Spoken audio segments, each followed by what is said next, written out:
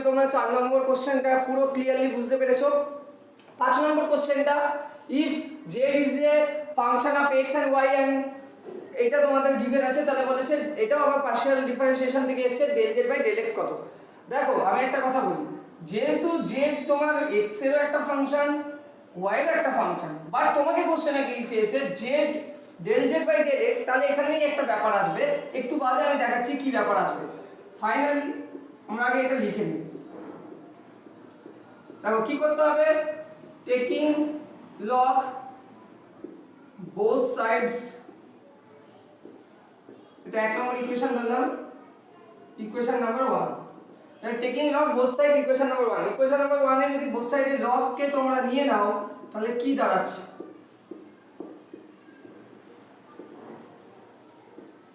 আচ্ছা পরিষ্কার এটা দাঁড়াচ্ছে log x to the power x plus log y to the power y plus log z to the power z is equal to 0। Because আমরা লগারিদমে পড়েছি log 1 is equal to 0 হয়, log x log a into b থাকলে হয় হচ্ছে log a plus log b, আর একটা formula হচ্ছে log a to the power something ধরো x আছে, তাহলে হয়ে যায় এটা x log a। এই তিনটে ফর্মুলা দিয়ে আমরা কিন্তু এখন কাজ করব। তাহলে এটা দিয়ে কাজ করলে কি হবে, x log x plus y log y plus z log z is equal to 0। But ব্যাপারটা হচ্ছে তোমাকে del z by del x বার করতে বলেছে, মানে তোমাকে কি করতে বলেছে, তোমাকে x এর রেসপেক্টে ডিফারেন্সিয়েট করতে বলেছে। বাট x এর রেসপেক্টে ডিফারেন্সিয়েট করলে z is a function of, শুধু তার মানে আমরা কনসিডার করব x কে, y কে নয়। তাহলে y term as a constant part হিসাবে আমাদের ম্যাথসে কিন্তু থাকবে। তাহলে কি হচ্ছে, যেহেতু তোমাকে del z by del x বলেছে, তাই জন্য তোমার কোশ্চেনে কি হবে, z is a function of x, তার মানে কি করব, x এর রেসপেক্টে ডেরিভেটিভ যখন হবে তখন x আর y এর ডিফারেন্সিয়েশনে কিছু ভ্যালু পাবো, বাট y টার্মের জন্য অলওয়েজ ডিফারেন্সিয়েশনের ভ্যালু 0 আসবে। তাহলে যদি আমি এখন লিখি differentiation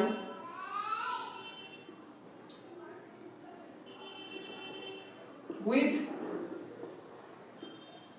respect to x, then y terms will be constant part, so its differentiation always 0। এটা কিন্তু খুব important point, because z is a function of x কিন্তু del z by del x বলেছে। যদি তোমাদের del z by del y বলতো তখন কিন্তু x পার্টটা তোমাদের কি হয়ে যেত, x পার্টটা তোমাদের এলিমিনেট হয়ে যেত। তাহলে এখন যদি ডিফারেন্সিয়েট করো তাহলে কি দাঁড়াচ্ছে, দেখো ডিফারেন্সিয়েট যদি করো বোথ সাইডে, তাহলে তোমাদের আসছে একবার x কে রাখো, log x কে ডিফারেন্সিয়েট করো তাহলে 1/x আসবে। আরেকবার তুমি এখানে, আচ্ছা আমি এটা বলে নিই এটা অ্যাকচুয়ালি কি হচ্ছে, অ্যাকচুয়ালি d/dx অফ, যদি ধরো এরকম কখনো থাকে a b, তাহলে ধরো এরকম হয়, a কে রাখলাম বাইরে তাহলে হবে হচ্ছে dv/dx, আবার ধরো b কে রাখলাম বাইরে তাহলে হবে হচ্ছে dA/dx। ঠিক আছে, চেইন রুল অ্যাপ্লাই করতে হবে এই প্রবলেমটা। তাহলে x * 1/x প্লাস আবার আমরা x কে ডেরিভেটিভ করব, তাহলে 1 হবে, log x কে রাখবো, আর আমরা any condition y log y এর টার্মের রেজাল্ট কত আসবে 0। আর z এর রেসপেক্টে করলে কি হবে, z কে রাখলে হবে হচ্ছে 1/z ইনটু dz dx, আর log z কে রাখলে হবে হচ্ছে log z into dz dx। ঠিক আছে, ক্লিয়ার? তাহলে ইজ ইকুয়াল টু কি হবে, ইজ ইকুয়াল টু কনস্ট্যান্ট টাইমের ডেরিভেটিভ কি হবে তোমরাই বলো, 0। হ্যাঁ ওকে, তাই এটা ফাইনালি আমরা যদি ক্যালকুলেট করি তাহলে আসবে 1 plus log x plus 1 plus log z into dz dx is equal to 0। So এই পার্টটাকে ওই সাইডে নিয়ে যাও, তাহলে চলে আসবে 1 plus log z into dz dx is equal two minus 1 plus log x, তারপরে তোমার চলে আসবে dz dx যেটা আমাদের চেয়েছে, অথবা del z del x is equal to চলে আসবে minus 1 plus log x by 1 plus log z, অথবা তোমাদের কোশ্চেন পেপারে এভাবে লেখা ছিল 1 plus ln x divided by 1 plus ln z। ঠিক আছে, তো ফাইনাল অ্যানসার তোমাদের চলে এসেছে কোশ্চেন পেপার অনুযায়ী অপশন বি। এটাও option B, B for Bombay, এটাও অপশন বি। ক্লিয়ার, এটাও অপশন বি। তাহলে দুটো কোশ্চেন আমরা সলভ করে দিলাম, সময় পেলে আমি ফার্দার আরো কোশ্চেন সলভ করে দেবো। ওকে, তো মাস টাইপসে ডিসকাস করলাম, প্রত্যেকটা জিনিস বোঝালাম যে কোন কোন। হ্যালো গাইস, তো আশা করছি তোমরা সবাই ভালো আছো এবং তোমরা ডিমান্ড করছো আমরা যেন জিলেটের প্রত্যেকটা ম্যাথামেটিক্স যেহেতু টাফ এসছে তো তার কোশ্চেন অ্যানালিসিস করে দিই। তো এই কোশ্চেনটা জিলেট 2021-এ এসেছিল, এটা পার্শিয়াল ডিফারেন্সিয়েশন থেকে দিয়েছিল। তো চলো আমরা স্টার্ট করছি এই প্রবলেমটা করার জন্য। তো এই প্রবলেমটাতে তোমাদের যেটা জিজ্ঞাসা করেছিল কোশ্চেন পেপার আমার কাছে আছে, সেটা হচ্ছে ইফ z = ln ব্র্যাকেটের মধ্যে আছে tan x + tan y, then sin 2x * del z / del x plus sin 2y * del z / del y এর ভ্যালু কত হবে। তো চলো আমরা স্টার্ট করছি। তো প্রথমে যদি আমরা এই z = ln tan x + tan y K with respect to x differentiate করি তাহলে কি হবে, del z / del x যদি করি তাহলে হবে, দেখো student, 1/tan x + tan y into del y del x bracket of tan x plus tan y। ওকে, তো আমরা দেখতে পাচ্ছি কেন এটা 1/tan x plus tan y হলো, বিকজ এটাকে যদি আমরা ডেরিভেটিভ করি আমরা জানি, আমরা কি জানি স্টুডেন্ট, আমরা জানি del y del x of ln, আমি এই টোটালটাকে ধরে নিচ্ছি সাপোজ ধরো z, তাহলে তার z ধরছি না, আমরা ধরে নিচ্ছি t, তাহলে তার ডিফারেন্সিয়েশনের রেজাল্ট আছে 1/t। and also t এর জন্য চলে আসবে del y del x of t, তাই না? তাই জন্য আমরা এখানে কিন্তু এটাকে করলাম। ওকে, তাহলে এটাকে যদি করা হয় তাহলে দেখো নিচে এমনি ক্যালকুলেশন করলে sin x / cos x, এখানে চলে আসবে sin y / cos y, আর এখানে যদি ডেরিভেটিভ করো দেখো tan x এর ডেরিভেটিভ কি হয় sec²x, বাট tan y হচ্ছে একটা কনস্ট্যান্ট পার্ট, তাহলে তার ডেরিভেটিভ 0 হবে। তাহলে এখানে চলে আসবে sec²x, ডেরিভেটিভ করলে tan x এর আর y করলে = 0।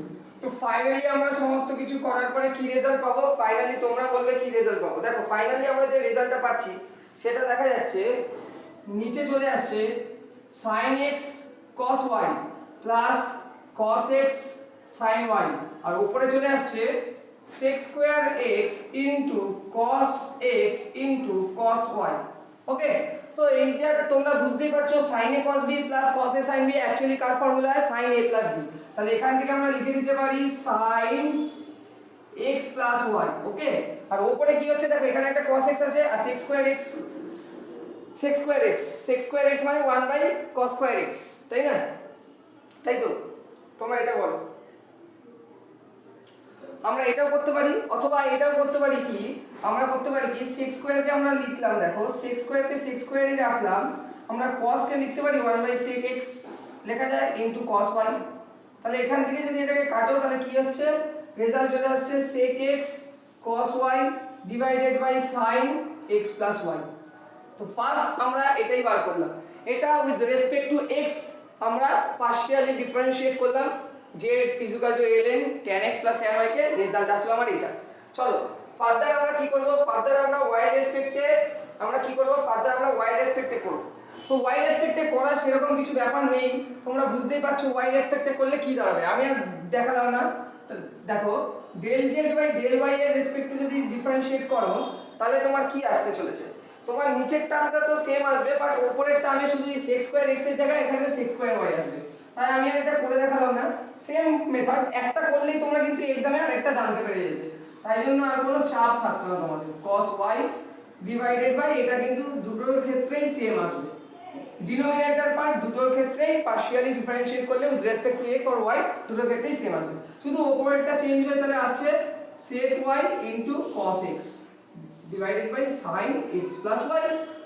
আমরা del z del y পেয়ে গেছি, আমরা del z of del x পেয়ে গেছি, মানে এটা পেয়ে গেছি এটা পেয়ে গেছি। এবার জাস্ট ফাইনালি আমরা অ্যানসার বসানোর জায়গায় যাব, sin 2x into del z by del x plus sin 2y into del z by del y। তার মানে ফাইনালি sin 2x কে কি লেখা যায় student, 2 sin x cos x, del z by del x কে কি লেখা যায় sec x into cos y divided by sin x plus y plus sin 2y মানে এখানেও লেখা যায় 2 sin y cos y into sec y into cos x divided by sin x plus 1। আচ্ছা এবার একটা পরিষ্কার জিনিস দেখে নাও, এখানে cos x আছে sec x আছে, তাহলে sec x টা এলিমিনেট হয়ে যাবে, এখানে cos y আছে sec y আছে, এলিমিনেট হয়ে যাবে।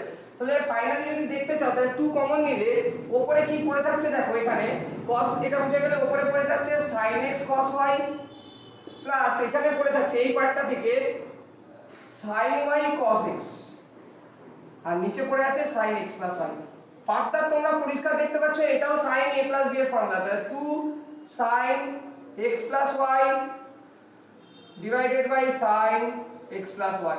তো ফাইনালি কাটাকুটির পরে রেজাল্ট আসছে 2, যেটা হচ্ছে তোমাদের এই যে কোশ্চেন পেপারে যেটা আমি দেখতে পাচ্ছি সেটা হচ্ছে অপশন, আমার কাছে যে পেপারটা আছে তাতে option B is correct answer. B